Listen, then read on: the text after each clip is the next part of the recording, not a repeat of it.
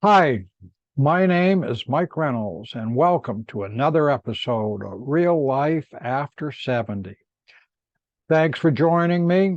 I hope you're having a wonderful day out there in the world and wherever you may be. Right now, I'm at our home base, and that's in the state of Maine. And I always thought of Maine. I grew up here, and I've lived in a lot of other places over the 70 plus years that I've been around. And I always think of Maine as being a small rural state. Well, it's changing, and as we've traveled around the country, we find a lot of this changing going on. And there's a lot more people here than there used to be. And they all seem to congregate wherever I am. The traffic, it's all of that. And anyway, we have a lovely home base, and it's in the country, close to services. There's all kinds of stores and things within a couple of miles. And but when we come back here to our little spot, it's in the country. We've got trees, we've got quiet, and we share it. We share some land with family, and we share our living arrangements here in this little 29-foot camper with our two selves, human beings, my life partner for over 20 years, and then we have two kitty cats with us, and they are very important in our lives as well.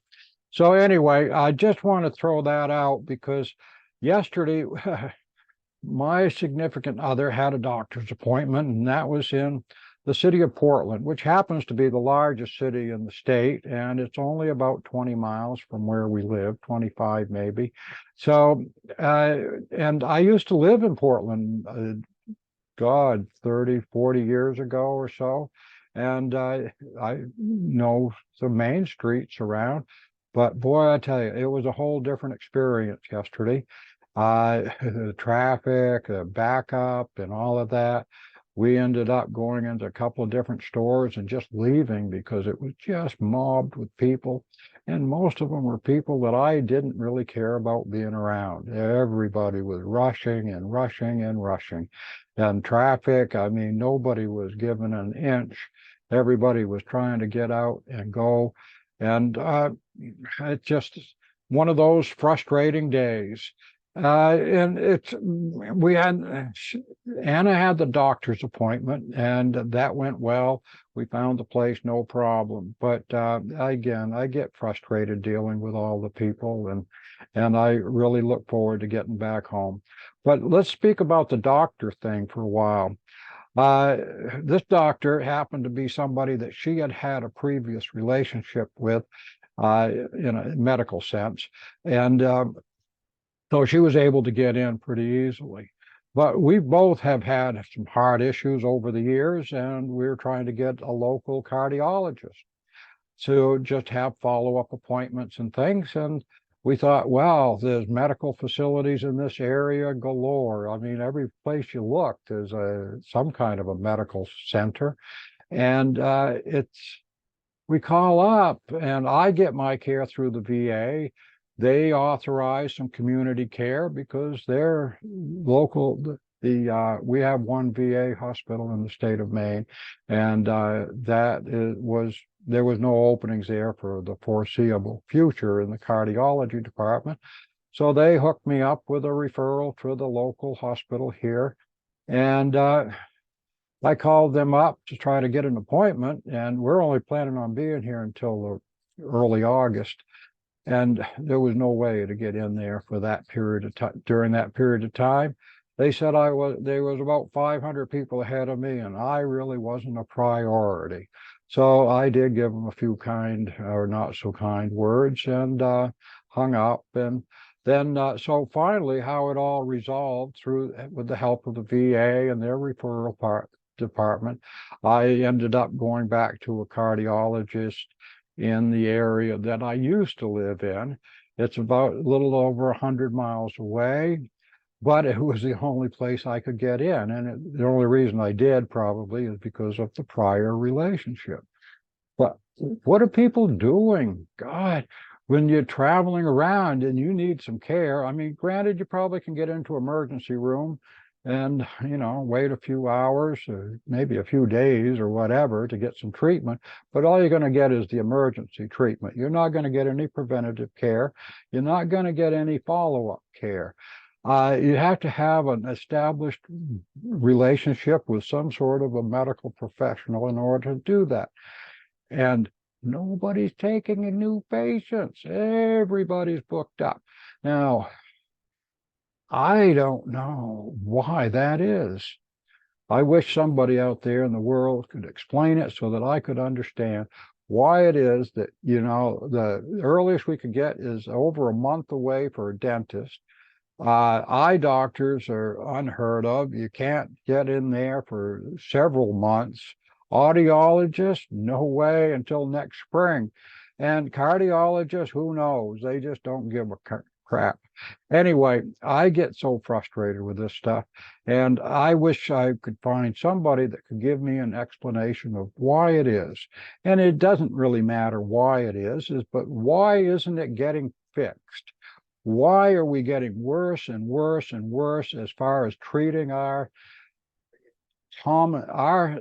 fellow human beings are being treated like crap? The other thing that I saw when I traveled, we were leaving Portland and there's a street there, and it always was just an industrial way right next to the interstate. And it was like, when I lived there before, there were no tents there.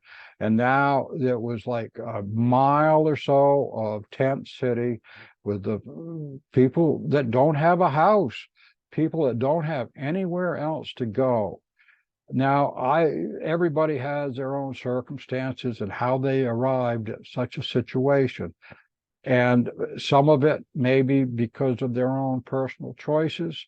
Some of it may be for just how what happened to them.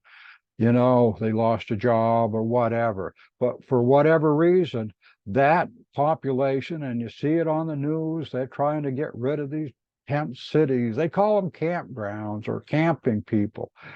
They're not camping. We're camping. We live in a camper. But that's by our choice. And, we're not out there living on the side of a road. And knock on wood, that's a fortunate thing for us. I mean, but it's the luck of the draw in most cases. I just don't understand how we treat people so poorly. And it's sad. It is really sad. So I implore all of you fellow folks out there in the over 70 crowd and younger, try to do something each day to make somebody else's life a little bit better. Let's try to treat people like human beings, like we would want to be treated. Now, I don't like telling me that I'm not a priority. Well, screw you, buddy. I am a priority. Everybody's a priority. We're unique individuals. So let's treat people that way and just celebrate people.